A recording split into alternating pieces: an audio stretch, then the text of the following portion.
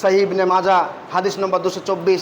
আল্লাহর রাসূল বলছেন, আনাস ইবনে মালিক রাদিয়াল্লাহু তাআলা আনহু قال قال رسول الله صلى الله عليه وسلم طلب العلم فريضة على كل مسلم। এই হাদিসটার ব্যাখ্যা কি, এই হাদিসের তরজমা কি? আল্লাহর রাসূল বলছেন তলাবুল ইলমি, প্রত্যেকটা মানুষের জন্য ইসলামী শিক্ষা অর্জন অপরিহার্য, করতেই হবে। আপনি যেই হালাতে থাকুন না কেন, ইসলামী শিক্ষা আপনাকে অর্জন করতেই হবে। তাহলে এই হাদিসটাকে আপনি কিভাবে দেখবেন, এই হাদিসটাকে আপনি কিভাবে পর্যবেক্ষণ করবেন?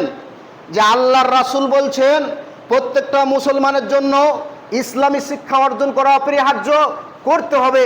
আপনাকে কিন্তু আমি এটা বলছি না যে আপনাকে মৌলানা হতে হবে, আপনাকে কারি হতে হবে, জি না। আপনাকে ইসলামের মৌলিক কিছু নীতিমালা আপনাকে জানতে হবে, ইসলাম সম্পর্কে আপনাকে সচেতন থাকতে হবে, ইসলাম সম্পর্কে আপনাকে জ্ঞান রাখতে হবে।